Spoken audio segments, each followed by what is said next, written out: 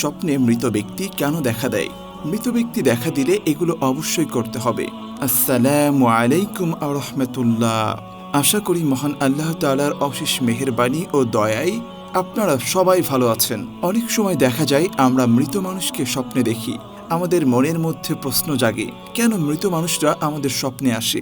আবার অনেকের মনেই প্রশ্ন জাগে, মৃত মানুষরা ঠিক কার কার সাথে দেখা করে, আর কখনো যদি আমরা তাদেরকে স্বপ্নে দেখেই ফেলি তখন আমাদের কি করা উচিত?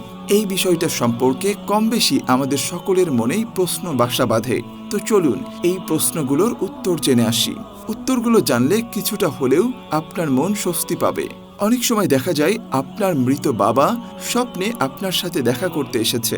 অনেকে আবার স্বপ্নে নিজের যে ভাই মারা গেছে সেও স্বপ্নে সাক্ষাৎ করতে আসে। এরকম অনেক সময় হয়ে থাকে। আমরা স্বপ্নে বাবাকে দেখতে পাই, মাকে দেখতে পাই, এরকম আরো অনেক আত্মীয় স্বজনদেরকে দেখতে পাই যারা মারা গিয়েছে। আমাদের অনেকের মধ্যেই এই ধরনের স্বপ্ন নিয়ে নানা ধরনের ভয়ভীতি কাজ করে।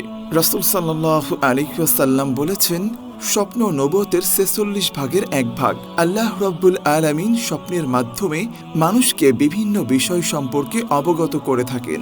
আজকের ভিডিওতে আপনাদেরকে যেই স্বপ্নের ব্যাখ্যাগুলো জানাবো সেগুলো বিখ্যাত স্বপ্ন বিশারদ আল্লামা ইবনে শিরিন রাদিয়াল্লাহু তাআলা আনহা এর গ্রন্থ থেকে নেওয়া হয়েছে।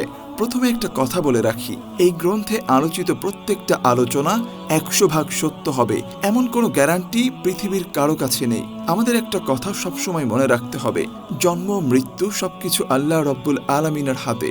স্বপ্নে আমরা যেগুলো দেখি সেগুলো যে ১০০% নিশ্চিতভাবে ঘটতে পারে এমন কথা বলা যাবে না। আমরা স্বপ্নকে একটা সতর্ক বার্তা হিসেবে নিতে পারি।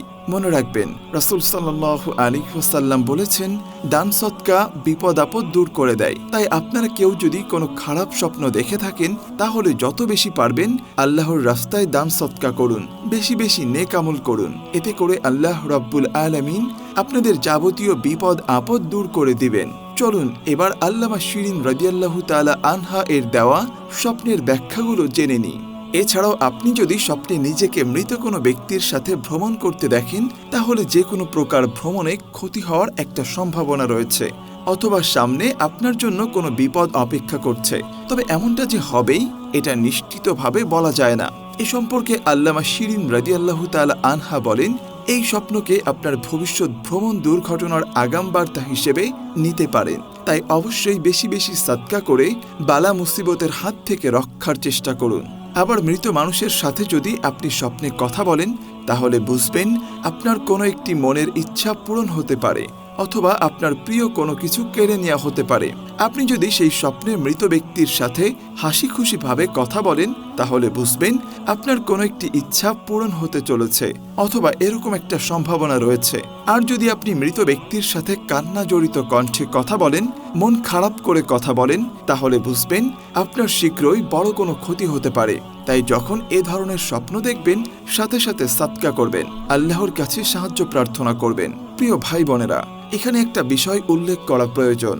এরকম অনেক ধরনের স্বপ্ন আমরা অনেকেই দেখেছি, কিন্তু ব্যক্তিগত জীবনে সেরকম কোনো ক্ষতির সম্মুখীন হয়নি। তাই বলে স্বপ্নগুলো সম্ভাবনা একেবারে উড়িয়ে দেওয়া যাবে না। এখানে মূল বিষয়টা হলো স্বপ্ন দেখার পরে আল্লাহর সাহায্য চাওয়া। আর সব স্বপ্ন যে ১০০% বাস্তবায়িত হবে সেরকম কথা বলার কোনো সুযোগ নেই। তাই সবশেষে একটা কথাই বলতে চাই, যখনই কোনো দুঃস্বপ্ন দেখবেন সাথে সাথে আল্লাহর কাছে সাহায্য প্রার্থনা করুন, দান সদকা করুন। হয়তো আল্লাহ রাব্বুল আলামিন এই স্বপ্নগুলোর মাধ্যমে আপনাকে সতর্ক করতে চাইছেন।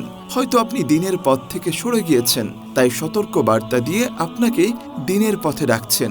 তাই যে কোনো দুঃস্বপ্নের ব্যাখ্যা আপনার ক্ষেত্রে ১০০% বাস্তবায়িত হবে এমনটা ভেবে মন খারাপ করার বা দুশ্চিন্তাগ্রস্ত হওয়ার কোনো কারণ নেই। দান সদকা করুন, আমল করুন, বেশি বেশি সালাত আদায় করুন, আল্লাহ তাআলার কাছে সাহায্য প্রার্থনা করুন। ইনশাআল্লাহ আপনি যাবতীয় বিপদ আপদ থেকে রক্ষা পেয়ে যাবেন।